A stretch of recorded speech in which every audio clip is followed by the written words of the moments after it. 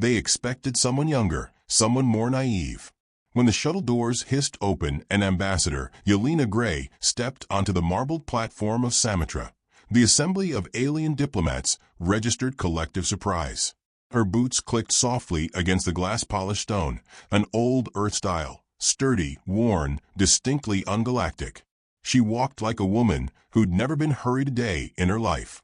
Her silver braid fell over one shoulder, the threads of it catching the artificial sunlight, swaying like a rope she could use to pull a star down if she chose.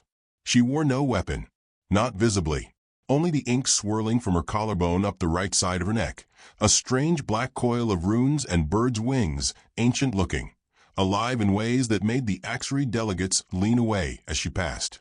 No one mentioned the tattoo, at first. Not aloud, but they whispered. That's what they were now, sneered the reptilian Galthrith envoy under his breath, flicking his tongue as if tasting her scent. Humans are still such primitives, said the amphibious Lurani Attaché, hiding her mouth behind translucent fingers. Only one said nothing at all, a younger diplomat, barely an adult by their species standards. He stared at the tattoo like it meant something. Something dangerous. Yelena offered a smile as she passed each of them, all warmth and grandmotherly charm, and bowed, not too deeply. Just enough to register politeness. Just enough to remain unthreatening. It was an old Terran trick. Smile wide, bare no teeth. Not yet. The Grand Rotunda was circular, fragrant with pollen from floating biospheres imported from 6 different worlds. Ornamental koi from Earth's vanished rivers swam in levitating aquariums. Everything shimmered, crystal, silk, water, light. Ambassador Gray called a voice like cracked glass. High Chancellor Rickthal of the Axery Council approached in ceremonial robes made of metallic scales. Your reputation precedes you. But I confess I expected something different. Yelena inclined her head. I hear that often. Most expect more metal. Or perhaps more menace. The High Chancellor's smile froze. Around them, other envoys chuckled, some nervously. We heard tales of Earth's tooth and claw, Rickthal said. Instead, we find a woman with a walking cane and a tattoo. She smiled wider. Appearances deceive. Earth sends diplomats, not brutes. And the cane. She tapped it once on the floor. An old habit, not a need. When she took her place at the long table, her seat was at the far end. An intentional gesture. A reminder from the Council that Earth was still an observer species, curious, uncivilized, and likely disposable. The talks began. The subject was interstellar trade and the recent skirmishes on the Tova border, which the humans insisted were defensive gestures, and the Axery described as barbaric lunges. The room buzzed with tension dressed in silken civility. Yelena spoke little, nodding thoughtfully, her gnarled fingers tracing the stem of her teacup. A few times, she raised a question so softly the microphone almost didn't catch it. How many colonies do the Lurani now maintain beyond the Cyric Gate? Has there been resolution over the mining rights on Nenthos 4? Is it true the Axery are reinforcing the outer stations with quantum shields? Innocent, curious questions. Harmless, really. Yet with each one, alien advisors stiffened. Files were rechecked. Whispered corrections were offered. Somehow, she knew things she shouldn't. Small things. Uneasily precise. At the evening reception, the wine shimmered and shifted color according to palate preferences. The air buzzed with cross-species small talk. Someone played an instrument that sounded like dripping icicles. Someone else laughed too hard at a mistranslated joke. Yelena stood alone beside a cascading pool, watching bioluminescent fish blink beneath its surface. The same younger diplomat from before approached her, an avian species with wide, intelligent eyes and feathers that shifted with emotion. Your tattoo, he said after a respectful silence. It is not merely ornamental. She smiled again. On Earth, we mark our dead with ink. Stories etched into skin so we don't forget who we carry. The young alien tilted his head. And this one? Ah, she said. This one is old. It's a warning. He looked puzzled. She sipped her drink. Do you know of Baba Yaga? She asked, conversational. He shook his head. A witch from old Earth stories. Lived in a house with chicken legs. 8 liars. Advised kings. Very temperamental. She paused. They say if you see her tattoo, you've already been cursed. He blinked twice, unsure if she was joking. Her smile didn't help. Later that night, at the formal banquet, the High Chancellor proposed a toast. Everyone raised glasses. He turned to Yelena. I believe it is customary on Earth to honor warriors with marks, yes? He gestured to her neck. Tell us, what beast did you slay to earn yours? The laughter that followed was polite, but sharp. Yelena set her glass down carefully. Where I come from, we mark the ones who survive. Rickthal leaned forward. Of course. And what did you survive, Ambassador? She locked eyes with him. Humanity. The silence came like a curtain dropping. Someone coughed. The High Chancellor laughed awkwardly and waved it off. A fine jest. Yelena returned to her drink. She didn't laugh. The following morning, the skies above Samatra flickered with distant lightning, though there were no clouds.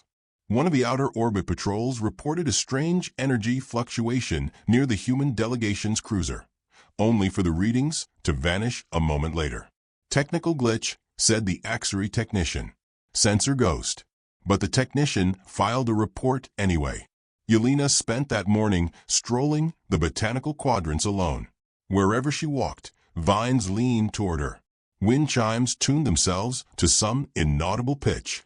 One alien groundskeeper claimed he saw her shadow split briefly into 3. Of course, no one believed him. In the council chamber, another round of deliberations began. Yelena arrived late. She apologized with a genuine-seeming smile. My crew misplaced my tea, and I can't possibly negotiate without it. You understand? The session resumed. She said little again, only offering one line, mid-speech, that rippled through the chamber like a tremor. You know, she said lightly, on Earth we never had the largest guns, but we got very good at aiming. Later, when a member of the Lurani delegation was found in their quarters, babbling about shadows whispering through the walls, it was dismissed as hallucination caused by alien alcohols. The diplomat was sedated, quietly removed. Meanwhile, the tattoo became the subject of betting among aides and junior staff. Some claimed it was reactive tech, others insisted it was a religious symbol. A few joked that it might even be Earth's secret weapon, branding their diplomats like threats instead of symbols of peace. One particularly daring aide snapped a photo while she slept beneath a greenhouse tree. The tattoo in the image was different. It had shifted slightly. One of the wings had grown a new line. Another aide swore it blinked at her. She deleted the photo, but not before copying it to her private drive. By the end of the week, most alien leaders regarded Yelena with a mix of confusion and veiled concern. They laughed less, spoke less freely in front of her. Sometimes she'd pass 2 envoys whispering and say, "Don't let me interrupt," and both would freeze as if caught trespassing in a war zone. One night, the young feathered diplomat returned, this time with a question. Why did Earth send you specifically? Yelena looked at him long and soft, as if peering back through centuries of blood and smoke. Because I'm the kind of polite they understand, and the kind of quiet they fear. A pause. They, he asked. All of you, she said gently. Every species that ever thought humanity smiled too wide. The next day, a delegation from the Samari, who had until now ignored Earth's presence, requested a closed-door meeting with her. No transcript was kept, only the fact that they emerged visibly shaken, and that 2 of them began wearing silk scarves that obscured their necks. When Rickthal learned of it, he called for a formal hearing. It was time, he said, to determine whether Earth's representative was truly a diplomat, or something more dangerous. Yelena arrived early that morning. Waiting already in her seat, cane across her knees. As they filed in, each alien glanced toward the tattoo. By now, it had become a presence of its own. Rickthal stood at the center, flanked by guards. Ambassador, he began, we have observed anomalies, disappearances, strange behavior from our own delegates. We've seen you manipulate without force, influence without threat. And always that mark. Yelena raised her brows. You fear a tattoo? We fear what lies beneath it. She set her cane aside and stood. My people learned long ago that strength doesn't come from what you carry, but from what you hide. You all brought ships, armor, weaponry. She touched the ink skin lightly. We brought memory. The room stilled. You mock what you don't understand, she continued. But humanity didn't survive our darkness by accident. We embraced it. We outlived it. We etched it into our bones and called it wisdom. Silence. Then her voice softened. Baba Yaga, they used to say, lived on the edge of the forest.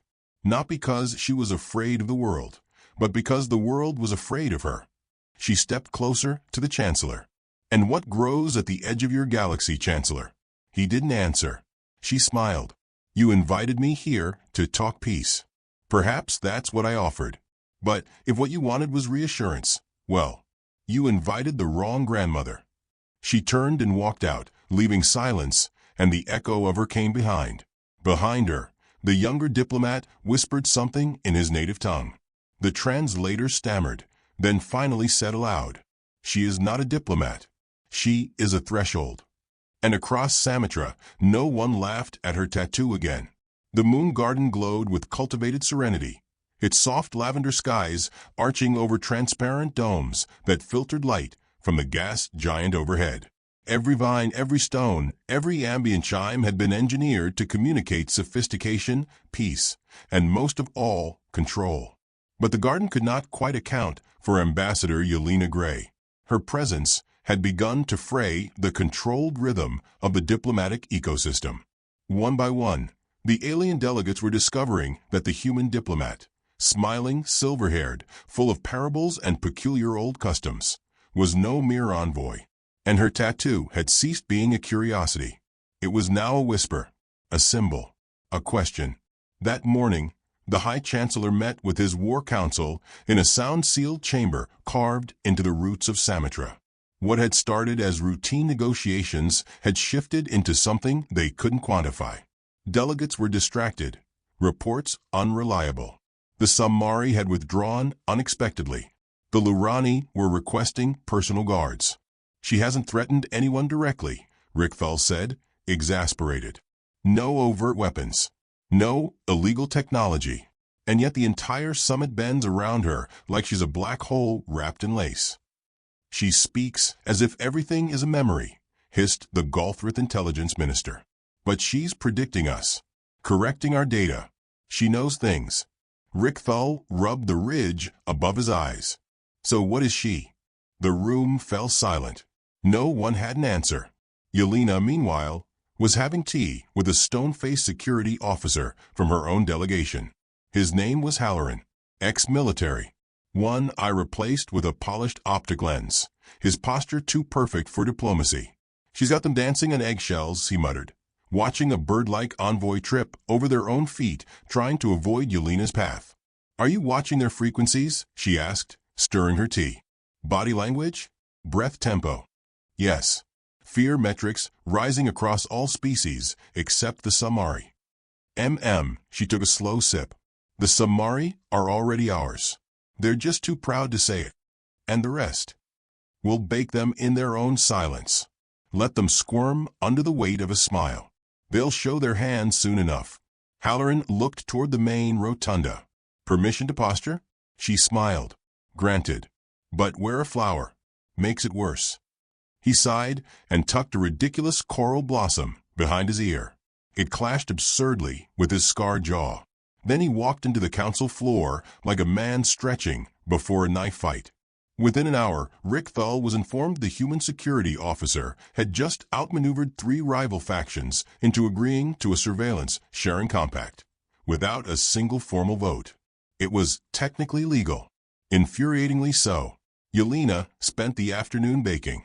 She commandeered a diplomatic kitchen, a rarely used relic of interspecies hospitality, and spent 4 hours making what she called witch cakes.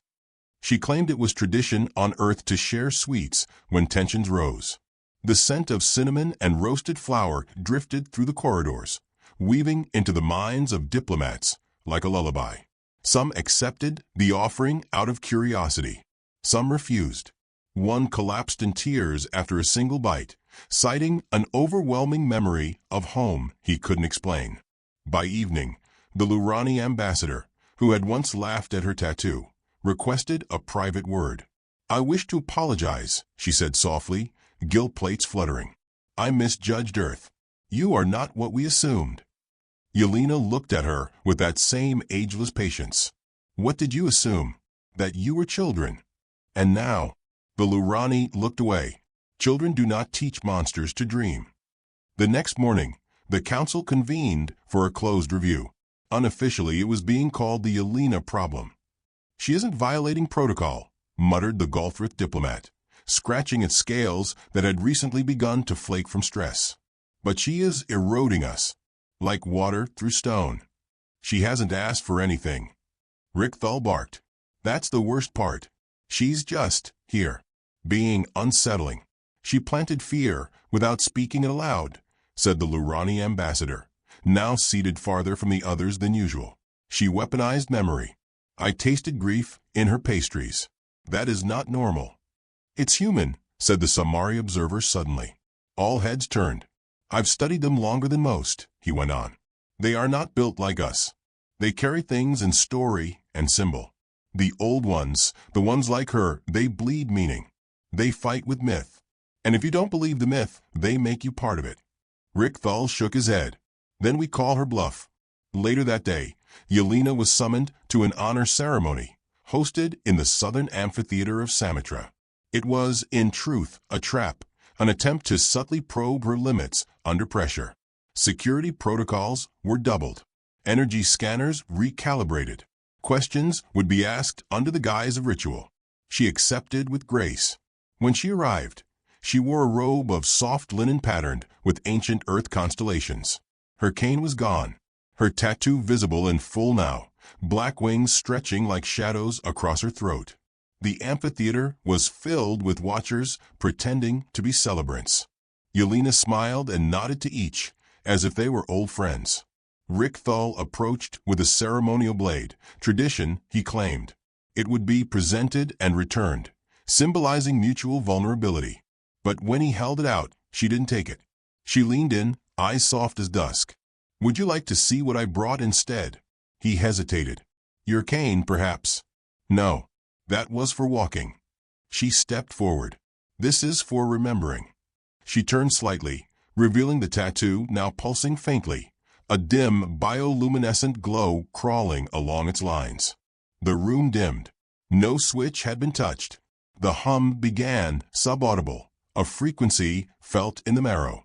Several delegates stiffened. One dropped a glass. Another took a sudden, terrified step backward. "It's a resonance key," said the Samari observer aloud. "Her skin carries an ancient Terran interface. Psychological induction, broadcast fear, amplify memory, override logic." "Impossible," Rickthal whispered. "That kind of weapon was banned 100 years ago." "Unless it isn't a weapon," said the Lurani, voice brittle. "Unless it's just them." Yelena's voice sliced through the air like a lullaby turned funeral march. "We didn't make monsters, Chancellor. We remembered them. We kept them alive. You thought our ink was decoration. It is scripture." One of the guards fainted. Another fell to his knees. "You came here to probe Earth's strength," she said, stepping up onto the ceremonial dais. "But strength isn't how loud your voice is, or how sharp your teeth. It's what you do in silence. It's the story they whisper about you when they think you're dead." "I will not be intimidated by a woman with a bedtime story," Rickthal snapped. Yelena leaned forward. "That's not a bedtime story. That's a prophecy." And the lights went out. A plan test, triggered by Rickthal's own people to stress test her reactions, backfired catastrophically. The moment darkness fell, half the delegates panicked. The hum of her tattoo surged. Shapes flickered at the edges of vision. Several claimed to hear voices calling to them in their native tongues, dead relatives, old enemies, lost children. When the lights returned 12 seconds later, 6 delegates had collapsed. 2 refused to open their eyes, and Rickthal's ceremonial blade was missing. It was in Yelena's hands. She spun it lightly, then set it down on the floor. "Well," she said, voice as cheerful as a hostess at a garden party. That was illuminating. She walked out without another word. The next morning, the Galthrith delegation demanded reassignment to another summit. The Lurani removed their ambassador from service, citing stress contamination. And the Samari released an internal memo declaring formal alliance talks with Earth. Rick Thull paced his office, watching recordings of Yelena over and over. "She doesn't move like a warrior," he muttered. "She doesn't carry weapons. She doesn't issue threats. She tells stories. She makes tea. And yet she's terrifying. She's human," the intelligence minister whispered. "A very old one." In her quarters, Yelena reviewed a dossier transmitted through a secure channel. Halloran stood nearby, watching her mark names with a small quill dipped in nothing. "The council will meet again tomorrow," he said. "Want me to leak your attendance?" "No," she tapped one name. "Leak his attendance. And tell the Samari that the storm from our orbit should last exactly 9 minutes. They'll understand that, if they've been paying attention. Which they have. They've started using old Earth parables in council notes." She smiled. "We're contagious." The younger diplomat from before visited again. His feathers were duller now, his posture more formal. "I read more about Baba Yaga," he said. "Oh, she eats people." Yelena laughed. "Only the ones who lie to her. She tests them. She gives them a chance." "Exactly."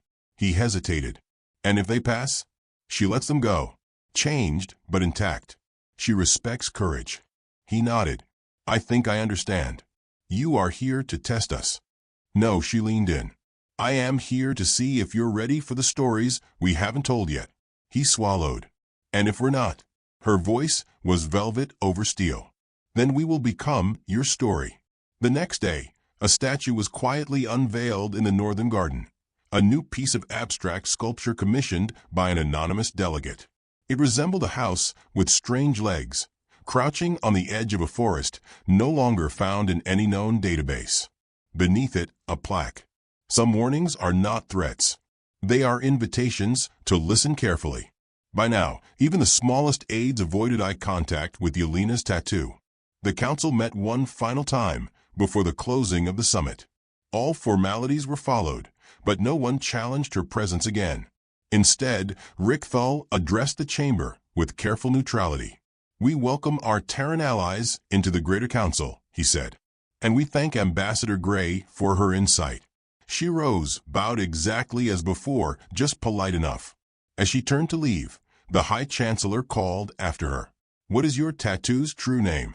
She paused. Then, without turning, she said, "It's the shape of your fear when it finally learns to kneel." She walked out into the starlight, where her ship waited, and where the wind smelled faintly of cinnamon. And above the planet, in the vast, watching dark, other ships began to move. The artificial sun had not risen when the plan to remove Yelena Gray was finalized. It had no formal name, just a collection of nods, encrypted transmissions, and old enemies finally agreeing on one truth. Something had to be done. She was not a warrior, not visibly, but she had tilted the room without lifting a weapon, disrupted decades of balance with a pastry recipe, turned negotiations into performances where the other actors didn't know the script. And worse, she hadn't demanded anything.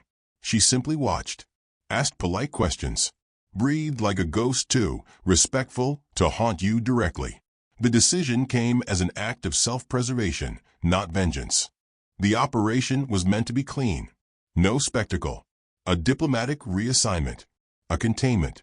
They would redirect her shuttle mid-transit under the guise of a hull irregularity. Her entourage would be detained. A formal inquiry would follow, full of carefully worded accusations and endless procedural tangles. It would end with her removal from the summit and, ideally, her quiet disappearance from galactic discourse. It began on the third day after the statue appeared. Yelena had just finished a solo walk through the Eastern Arboretum. The paths were thick with mist that clung low, curling around her feet like curious animals. She walked slowly, speaking softly into a device no one could identify. Not recording, not transmitting, just speaking. as if someone was listening from very far away. She stopped when she reached a broken sculpture of an alien child mid-flight. It had been shattered during a previous summit. Most ignore it. Yelena knelt. She brushed the moss from its face. Spoke a single word. Still. Later, when she returned to her quarters, a ceremonial notice was waiting for her. An invitation, an honor rarely extended to humans. A closed ritual chamber, high above Sametra's equator, where only species of proven moral legacy were welcome. The ceremony was supposedly a gesture of trust, a recognition of her cultural contributions. She accepted without question. The chamber was a cathedral of silence, long arches built from reflective or light bending in uncertain angles. 6 delegates from separate species waited in robes designed to equalize stature, obscure distinction. It was intended to disarm, to reduce threat. But Yelena entered like she'd seen the ending of a play before the curtains had ever risen. She did not wear formal Terran robes. Instead, she arrived in a long black coat that whispered when she moved. The tattoo on her throat was uncovered, vibrant in low light. Its lines shifted again. More now, somehow. It seemed to breathe. Rickthal, leading the circle, raised his hands. "We convene in the name of balance," he said. "To preserve the peace we have all labored to construct." "Peace built on misunderstanding is brittle," Yelena replied. "This is not a trial," another voice added, feathered and tremulous. "No," she said softly. "It's a test." There was a pause. Not quite hesitation. Something else. Dread, perhaps, dressed in diplomacy. "Then let us begin," said Rickthal. "Please, Ambassador, join the center." She stepped forward, unarmed, unhurried. Sensors tracked her vitals. Scans swept her body. No illegal implants. No concealed weapons. But the tattoo defied all classification. It emitted no power signature, and yet it resonated across multiple spectrums. Several instruments registered mild interference. One console shorted. Another recorded a 5-second loop of a child's voice singing in a dialect no one recognized. "Your people have sent envoys before," Rickthal said, voice like a judge. "Yet none so singular." "They sent me because peace is fragile," she said. "And I am very good with fragile things. You destabilized the summit. I revealed its balance was false. You disrupted 3 trade agreements for defense pacts and unified the Samari against their own interests. I offered nothing but conversation. You weaponized myth." She smiled. "All stories are weapons, Chancellor. Some merely wait for the right reader." A moment of silence. Then came the final question, carefully rehearsed, sanctioned by every faction present. "Ambassador Gray," Rickthal said, voice steady, "are you acting alone?" She looked at him with a gentleness that stilled the air. "No human ever acts alone. We carry our dead with us, our children, our monsters. We walk into rooms with 10,000 voices behind our eyes. I stand here with the weight of centuries. And I smile because you think that makes me polite." With that, the tattoo flared. Not violently, not theatrically, but profoundly. Each alien in the chamber flinched as sound fell away. Even the subtle hum of the station's life support dimmed. The air tasted of smoke and old earth. The floor shifted, though it didn't move. One delegate clutched their chest. Another dropped their notes, blinking rapidly. "What is this?" Rickthal whispered. "A key," Yelena said. Turned gently. One of the delegates fell to their knees, breath ragged. "She's inside my thoughts." "No," Yelena corrected kindly. "You're inside mine." The tattoo, now unmistakably alive with layered patterning, was activating a Terran-designed psychic interface, long rumored but never proven. It did not read thoughts, it shaped them. A weaponless invasion. A whisper that reshaped perception without violence. "You think we were the ones learning from you," she said. "But you forgot how quickly a frightened creature adapts. How quiet desperation becomes strategy. What do you want from us?" Rickthal rasped. "I want nothing," she said. "Humanity already has what it came for." "What is that?" "The future." With those words, the resonance pulse deepened. Memory was rewritten. Small details shifted. Delegates found themselves uncertain what time it was, what had been said, who had initiated which treaties. The chamber was unmarked by energy signatures, and yet several left with mild nosebleeds, blacked-out vision, tremors in their limbs. Yelena bowed. "You sought to remove me," she said. "But Earth never sends anyone they can afford to lose." She turned and left. Halloran was waiting. "They tried to trap you. I know.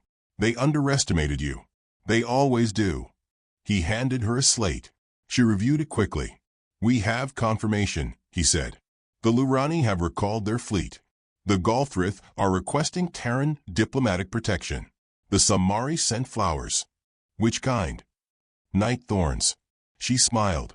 That night, she hosted a formal Terran dinner in her quarters. Invitations were sent to every delegate, coded, symbolic, curated for effect. Each envelope bore a different phrase in Old Earth tongue. "Speak softly. The wolf is watching. Beware the house that walks." Only 7 delegates came. She served stew, told stories, asked no questions. One delegate wept during dessert. No recordings were made. But what was said at that table spread faster than any broadcast. The next day, Rickthal ordered an emergency security sweep of all Terran technology on Samatra. They found nothing illegal. But 5 of the scan operators submitted for early medical leave, citing existential disruption. Meanwhile, Yelena attended the final summit session as if nothing had changed. She wore pale blue, understated. The tattoo had dimmed again, almost faded. During closing statements, she rose. "Earth is grateful," she said, "for the hospitality extended. We understand fear. We understand control. And we understand the power of being underestimated. We've practiced it for centuries." She paused, looking at each of them. "You feared our war machines. But you should have feared our grandmothers. They never lose." With that, she bowed and exited the council chamber. In her private shuttle, as the engines warmed, Halloran stood at her side. "We received the message from High Command," he said. "They're initiating Protocol Ivy. You're clear to activate." She looked out the viewport, where the garden domes shimmered in the growing dark. "Not yet," she murmured. "Let the myth simmer." He hesitated. "And if they retaliate?" "They won't," she said. "They'll hide. Pretend they never tried to break us. Rewrite the story so they were wise to let us go." He nodded. As the shuttle lifted, the station seemed smaller than before, quieter. In her seat, Yelena traced a fingertip along the edge of her tattoo. Not a weapon. Not entirely. A signature. A story carved in flesh.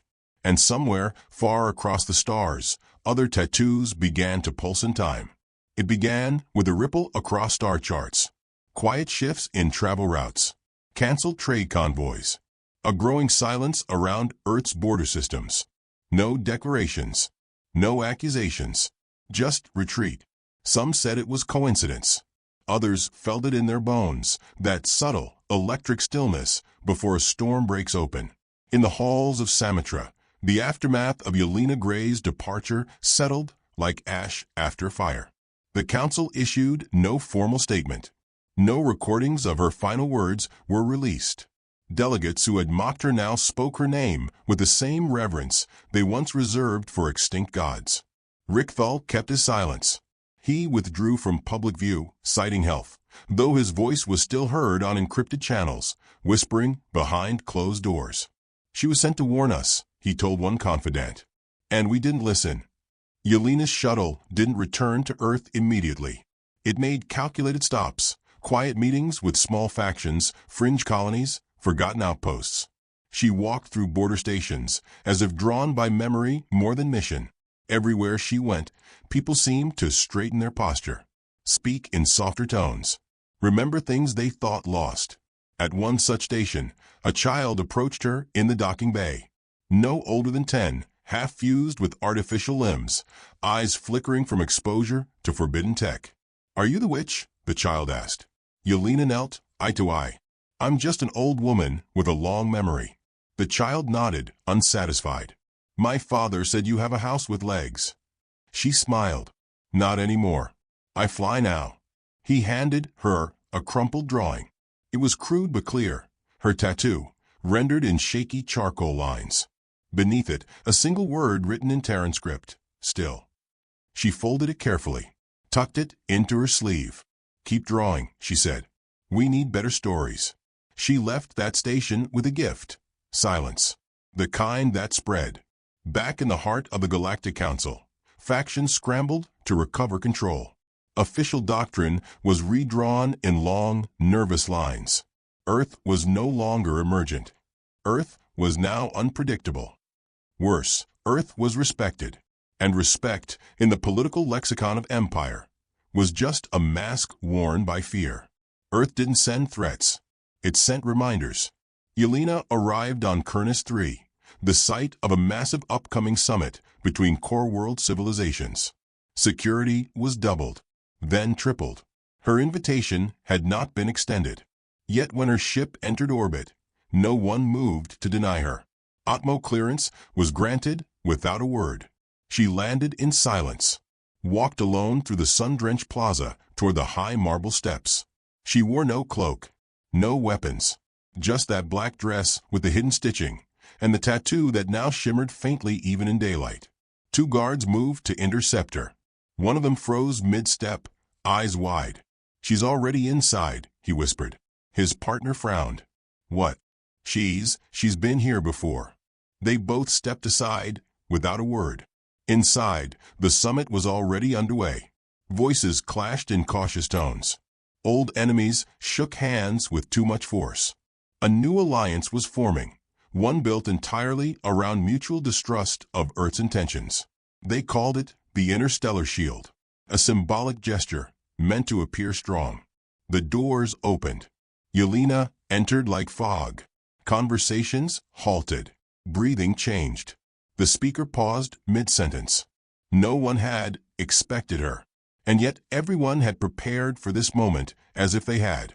She walked slowly, stopping beside a delegation of diplomats from the Axery, the Lurani, the Galthrith. I like this hall, she said softly. It echoes well. Rick Thull was not present, but his aide stood. You are not registered to speak. Yelena gave him a long look, full of sad familiarity. I'm not here to speak. I'm here to finish. From the shadows, near the high balconies, Halloran emerged. He wore no badge, no rank.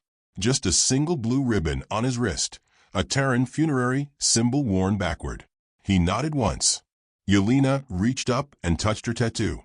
For a breathless moment, nothing happened. Then the light dimmed, not from any physical failure, but from perception itself. The room became softer, weightless. Delegates felt their hearts skip. Their minds flickered with memory. Old dreams returned. Childhood fears. Stories whispered in ancient tongues. A song someone had once sung to them as they died, though they had never died before. The tattoo pulsed. Yelena's voice filled the chamber, but her mouth did not move. This is not an attack. This is a mirror. Each delegate saw themselves, not as they were now, but as they had been at their most afraid. Alone, defenseless. Before technology, before alliance, before translation devices made their speech easy and their meanings false. You tried to define us by what we lacked, her voice continued. No claws, no armor, no hive. But humans do not fight for territory. We fight for narrative, for memory. We do not conquer worlds. We haunt them. The Samari delegate stood, hands trembling. What is this? What are you doing? I am finishing the story, Yelena said. Behind her, screens lit up. Not footage, not data, art. Human hands had drawn each frame. Earth's great wars, Earth's small kindnesses, faces caught in grief, in joy, in rage, moments of sublime horror, moments of impossible grace. A galaxy's worth of experience painted in color and shadow. Then came images of the other worlds. Their atrocities, their denials, their sanitized history. You believed we were the threat, Yelena said. But we were the record keepers. And now we are the authors. A Lurani delegate stumbled forward. This is psychological warfare. You are rewriting perception. Yes, she said, because perception was your weapon. We merely refined it. Halloran moved to a panel, entered a sequence. Across the summit chamber, devices activated in each seat, non-invasive neural induction receivers. They did not harm. They only revealed. Suddenly, every alien present saw the same vision. A planet, once scorched, now green. A people, broken, now singing. And over them, a figure carved into the rock. Not Yelena, not any known human. Just a woman, a grandmother, a witch. She held a broom in one hand, a book in the other. And across her throat, the mark, the tattoo. Earth is not here to dominate, Yelena said. We are here to remind you that empires fall, that stories remain, and we have made ourselves into a story you cannot erase. One delegate tried to leave. The door would not open. Not locked, just unresponsive. Yelena walked down the central aisle. You feared war. But war is crude. You feared spies. But we are obvious. You feared technology. But we use spoons and silence. What you should have feared was grief. She stopped. And we are the galaxy's most enduring mourners. She took the center stage. Her tattoo gleamed. I am Baba Yaga. I am grandmother to forgotten truths. I am the house that walks through fire. I do not kill. I do not beg. I do not explain. I remember, and I teach others how. The light returned. The screens went dark. Silence fell. And then one by one, every delegate stood. Not to applaud, not to resist, but to bear witness. Later, no one could describe what had changed. The files recorded nothing unusual. The instruments reported no attack. But every soul who stood in that chamber walked away, altered.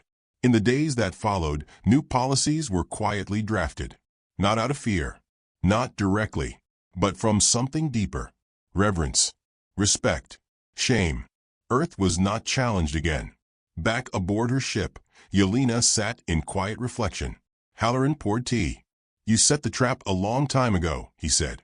No, she replied. They did. When they taught us to listen. They'll write songs about this. They already have. She looked out at the stars. Now, she said, they'll learn to sing them in their own tongue. As the ship turned toward home, her tattoo dimmed for the first time in days. It had spoken. It had been heard. And somewhere in a garden far from the summit, a child drew a picture of a house with legs, and a woman who carried stars in her voice. No one mocked the witch again, not because she had conquered them, but because they knew, finally, that she had been right there at the edge of the woods all along, waiting for them to knock.